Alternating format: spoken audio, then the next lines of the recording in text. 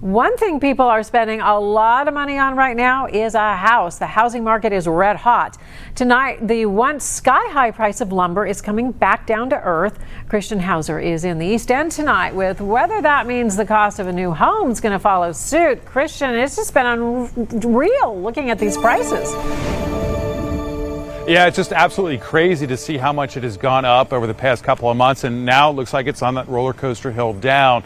Now, this price drop comes as manufacturing picks back up, demand is leveling off, if you will, and imports are also picking up. Now, the quick answer, though, is lower prices should start making their way into home builds like this one behind me here within about a month or two. But there's a lot more that goes into the price of a new construction than just the cost of the framing lumber.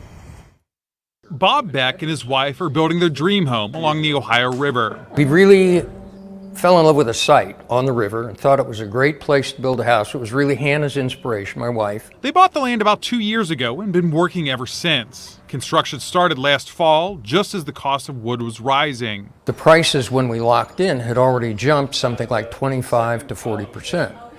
But compared to what they have become over the past, since the beginning of this year, we really got by pretty well. Beck doesn't know if the house would be standing if they hadn't locked in that price. I think that we probably would have gone on to a holding pattern and to see what would happen.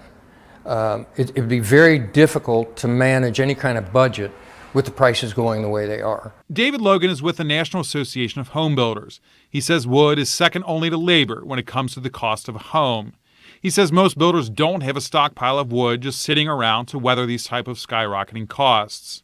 The sinking prices making headlines are what's being paid to lumber mills. It normally takes about 2 to 4 weeks for those changes to make it to the builder.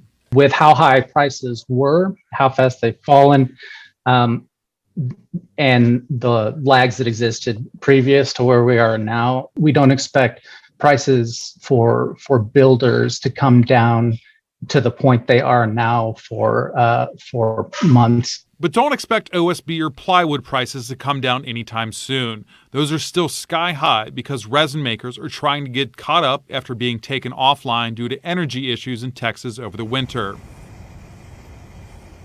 So we have some good news, especially if you're just looking to build a deck or something small like that. But there is that bad news, especially regarding that particle and plywood board. That's going to take some time for it to get back to normal.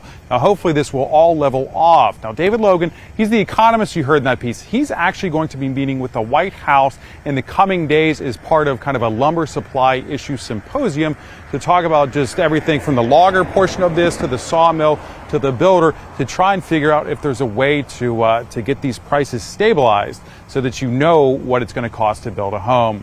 We're now live in the East End. Christian Hauser, Local 12 News. Boy, Christian, you know, it really sets the tone for everybody, though, even if you just have a house and you're not moving, because it's just making the prices escalate on everything.